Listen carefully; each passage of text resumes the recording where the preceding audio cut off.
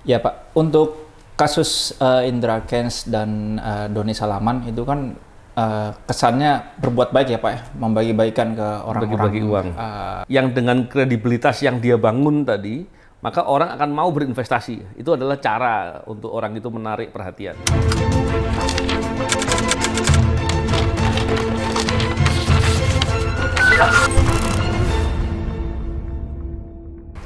Assalamualaikum warahmatullahi wabarakatuh.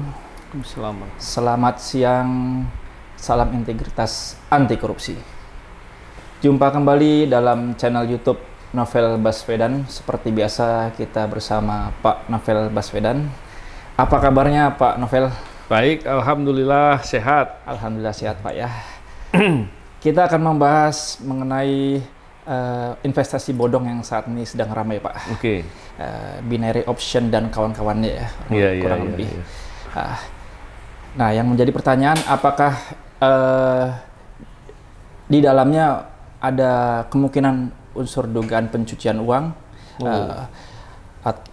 Masalahnya kan banyak yang dibagi-bagikan ya Pak ya, orang-orang gitu ya Pak ya. Dan kalaupun ada, itu modusnya seperti apa Pak? Iya. Mohon pencerah aja. Iya. Memang saya membaca sekilas dari beberapa media terkait dengan masalah investasi bodong ya. Lebih ke penipuan sebenarnya itu. Dan banyak jenis kejahatan yang motivasinya adalah mencari uang dan mengumpulkan uang besar.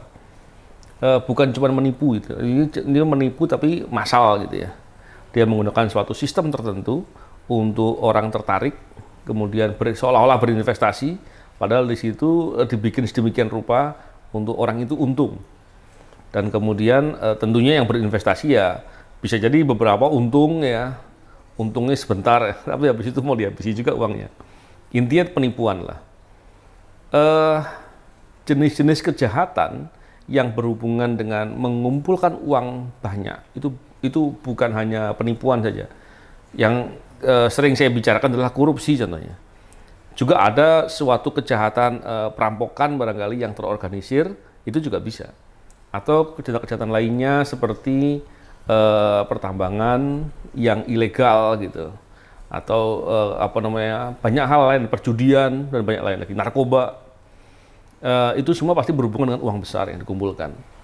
Dan karakteristik pelaku kejahatan yang mengumpulkan uang besar, pasti dia ingin bagaimana caranya uangnya itu bisa selamat atau bisa ditempatkan dan tidak diketahui. Itu kurang lebih ya. Ini yang penting ya, karena ketika kita bicara tadi contoh beberapa kasus yang disebutkan terkait dengan penipuan-penipuan dan pola-pola yang serupa, itu tentunya pelakunya pasti mendapatkan uang besar dan itu bisa jadi disembunyikan oleh dia. Pola menyembunyikan itulah yang bisa jadi menjadi kejahatan pencucian uang. Seperti apa sih polanya? Pada dasarnya, pelaku kejahatan pencucian uang itu dia melakukan cara-cara tertentu dalam rangka untuk menyamarkan asal-usul sumber uangnya. Yang dengan begitu, orang akan mengira bahwa uangnya dia ini kemudian hasil dari suatu upaya yang sah atau upaya yang halal, yang legal. Yang dengan begitu akhirnya dia bisa munculkan dan menikmati hasilnya itu. Maka ketika cara-cara menipu pun dibuatlah investasi. Orang yang berdagang investasi dan lain dapat keuntungan. Masalahnya adalah pola seperti itu tidak mungkin dia bisa lakukan sendiri kalau jumlah uang besar ya. Tentunya dia perlu orang yang bisa mengorganisir itu. Dalam kejahatan pencucian uang itu disebut sebagai gatekeeper istilahnya. Jadi orang yang mengatur bagaimana caranya pengelolaan uang itu dibuat sedemikian rupa, ujungnya adalah menyamarkan asal-usul. Tapi ingat, banyak orang juga yang dilibatkan untuk penempatan uang. Terus pengaturan layering, dibuat tahapan-tahapan begitu. Jadi seolah-olah bisa jadi ada perusahaan, ada usaha apa gitu ya. Yang itu semua dijadikan suatu proses seolah-olah nanti keluarnya uang itu adalah uang yang halal, uang yang benar. Nah, inilah yang kemudian kejahatan baru. Dan bisa jadi ada orang-orang yang kemudian bisa terjerat sebagai kasus pencucian uangnya. Gara-gara mungkin dia nggak peduli atau nggak memberikan perhatian. Kalau dibilang nggak tahu, mestinya nggak. Harusnya tahu. Contoh begini. Ketika ada seseorang mendapatkan uang dititipkan seolah-olah dibuat suatu transaksi barang yang mahal gitu. Ternyata pola transaksinya menggunakan nama samaran atau nomini. Terus kemudian transaksinya dibuat sedemikian rupa untuk tidak mudah terlacak orang. Dilakukan dengan sedemikian rupa. Inilah bentuk-bentuk kejahatan atau pola-pola kejahatan yang kemudian suatu saat akan bisa terjerat kepada pencucian uang. Nah, inilah gambarannya. Nah, kita mesti harus paham dan juga perlu memahamkan orang agar orang kemudian tidak kemudian dengan salahnya atau dengan cerobohnya, dengan lemahnya dia, kemudian dia justru membiarkan namanya dipakai untuk penempatan suatu harta kekayaan, aset atau apapun, yang di kemudian hari dia akan kena masalah. Dia bisa kemudian terjerat dengan kasus tindak pidana pencucian uang.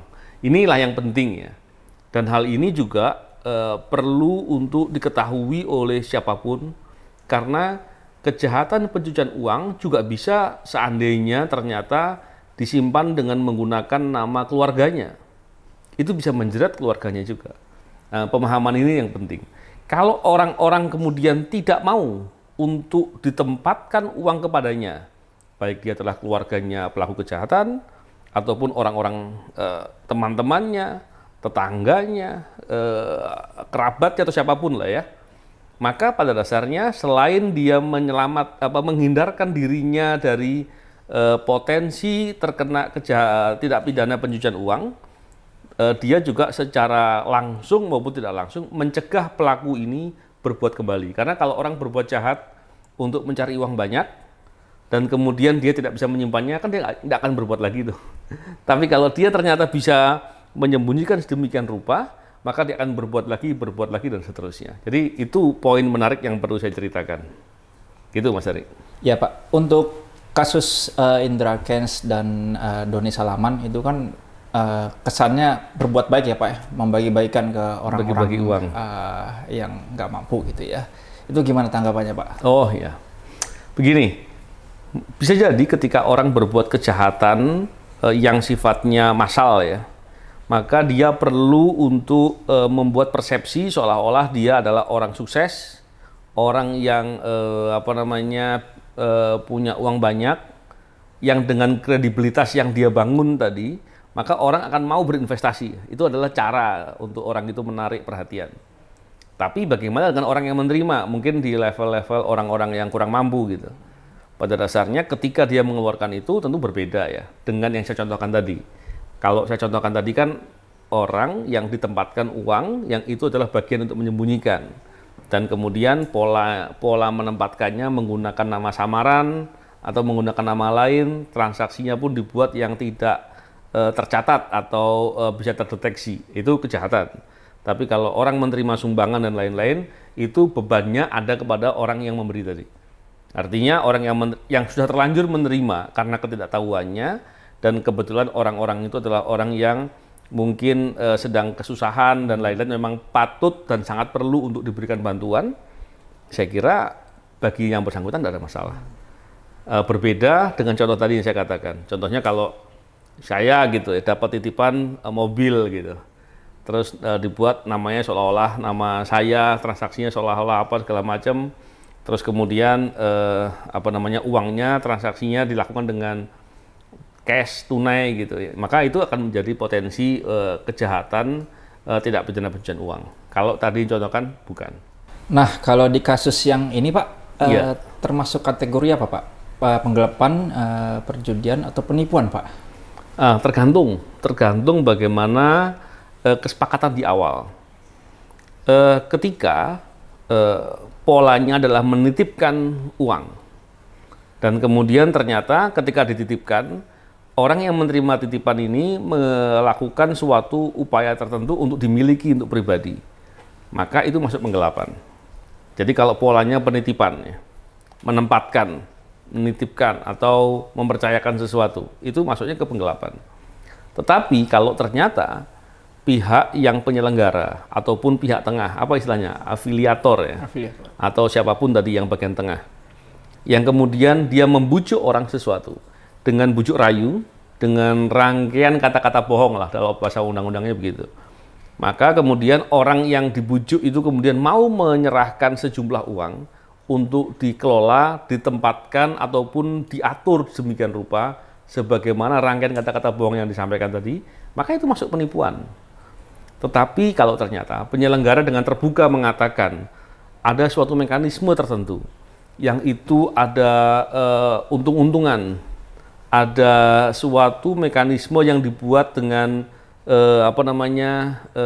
yang untung-untungan tadi, karena istilah judi itu kan definisinya nggak baku ya, maka itu masuk judi.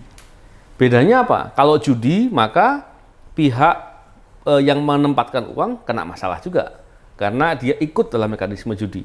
Penyelenggara perjudiannya juga kena. Nah inilah gambarannya. Tapi kalau ternyata penggelapan atau penipuan, tentu yang pemilik modal tadi tidak bisa disalahkan. Dia adalah korban. Nah, tinggal polanya. Kalau polanya ternyata untuk menarik uang tadi, dia ada rangkaian kata-kata bohong untuk ditarik, itu maka masuknya ke penipuan.